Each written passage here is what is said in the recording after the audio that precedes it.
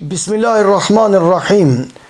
Shembujt konkret se si e ka përjetu Muhammedi sallallahu alaihi wasallam muajin e shejt Ramazan. Muhammedi sallallahu alaihi wasallam çdo angazhim e ka bë në ibadet të veçantë, edhe çdo angazhim tjetër që nuk lidhet me Ramazan, edhe nuk lidhet me ibadet në kohë jashtë emergjencës. Sepse në kohë emergjente pa fije dyshimin e dimi se janë bë vepra të mëdha, madje beteja të mëdha edhe në muajin e shenjtë Ramazan. Por ne po flasim në kohë paqe, edhe në kohë qetësie, edhe në kohë ku konfrontimet e luftës nuk janë prezant, edhe është Zoti që të na jap qetësi, paqe, dashuri, respekt, garanci, edhe të njëjtën kohë Allahu të na dhuron mundësi për ta përjetu këto të mira që Allah na ka dhuruar, edhe dhuratat e tij dhe dhurimet e tij dhe begatitë e tij janë të panumërta. Muhamedi sallallahu alaihi wasallam në kohë paqeje edhe në Ramazan ai intensifikante me të madhe adhurimin, sepse është një periudhë e artë për të arritur kënaqësinë e Allahut nëpërmjet adhurimeve të shumta.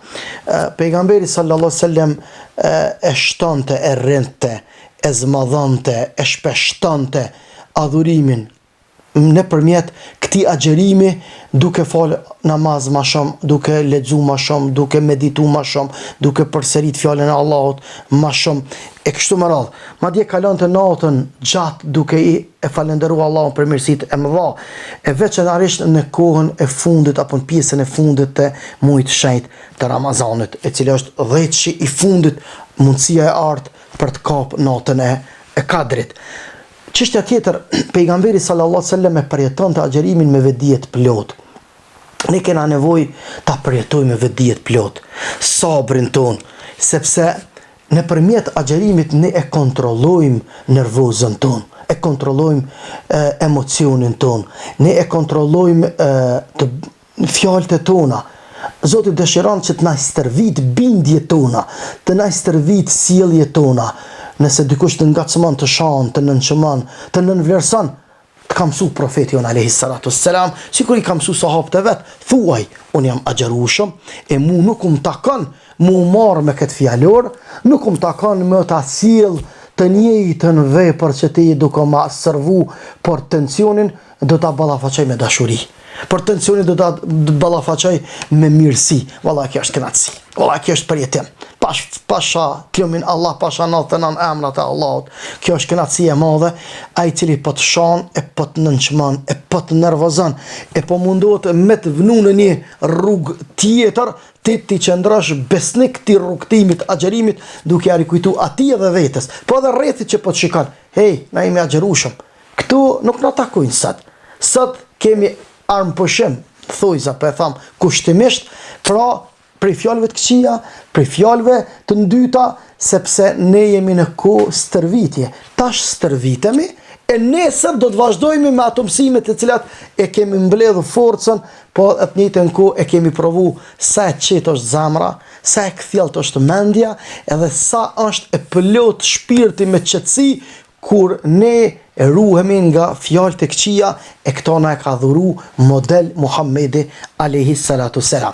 Muhammedi sallallahu alaihi wasallam e kishte me pafije dyshimin i përjetim të veçantë në Ramazan butësin, edhe të njëjtën kohë mëshirën dhe dëmshurin, i dhëmshëm, i butë, i mëshirshëm, i afërt, madje aq shumë e donte qëndrimin i tikafin në xhami, por për hir të butësisë, edhe kërkimit, pajtimit njerëzve, edhe këtë xham, edhe këtë mundësi qëndrimit në xhami me plot vlerat së vapit, nuk i jepte përparësi qëndrimit në xhami, por jepte përparësi angazhimit për t'i pajtu njerëzit. Sepse edhe kjo është pjesë e refleksionit të agjerimit, të kësaj shkolle të madhe të këtij Ramazani, me plot mirësi. Ka thonë më dashur për mua është që të angazhohemi t'i pajtoj 2 njerëz, se sa të qëndroj në itikaf, pjesën e fundit të muajit të shenjtë Ramazan, në xhamin time. Fjala është në xhamin e Muhammedit në Medinë sallallahu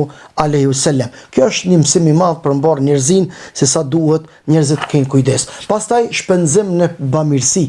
Besimtarët e ruajnë kohën e Ramazanit edhe me nxirr zakatin, me pastru pasurinë e tyre, edhe me jap sadakën, sepse është koha ku Allahu e pagun, ku Allahu Azza wa Jall nuk lejon limit me pas të shpagimit të kësaj sakrifice që ti e bën o besimtar dhe ti o besimtare. Prandaj shfrytëzo edhe këto mundësi që ti ka dhuru Allahu Azza wa Jall, preki, përjetoj kënaqësi e madhe, ma shumë ki nevojë ti për ta nxjerr pasurinë tënde, për ta pastru.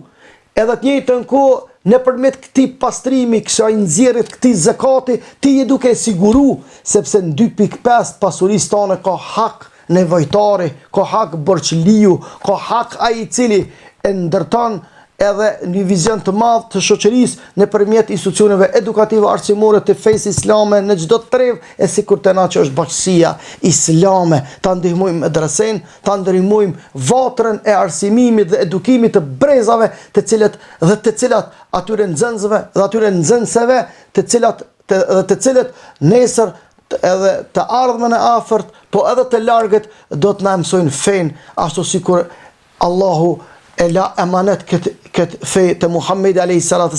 e këtë amanet me përpekrije kreu Muhammedi a.s. me gjithë shokët e ti, e shpërndau këtë nur dhe këtë dritë në 4 anë të botës, edhe na në vendin tonë ta marrëm shembull dhe model Muhammedin a.s. edhe e veçanta, diçka cila nuk përsëritet tek në asnjë personalitet, me sado që është i lartë në intelekt, sado që është i madh në gjithë indikimin dhe influencën e tij, është e veçantë Muhamedi sallallahu alaihi wasallam për 23 vite ti shërbej gjitha kauzave botërore, gjitha përvojave njerëzore.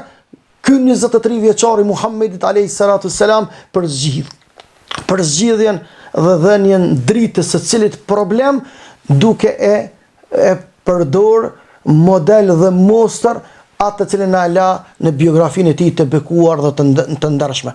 Prandaj e kena rastin unik që ta shfrytëzojmë këtë muaj të shenjtë Ramazan, edhe çdo ditë e këtij muaji shkon e na vjet dita tjetër, edhe me këto ditë nuk do të takohemi deri në ditën e Kiametit, e inshallah Zoti na e pranon, edhe të metat tona na i mbulon, mëkatet tona na i fal, e na i shlyn, e na i azgjeson, sevapet tona na i runë, na i shumëfishon, e na e bereqet, mënyrë që ti kultivojmë vepra të mira, të lajmë gjurmë të pashlyer për njerëzit, për popullin, për familjen, për gjithë njerëzit pa dallim madje, sepse jemi besimtar të Allahut, edhe një ditë para tij të gjithë do të dalëm.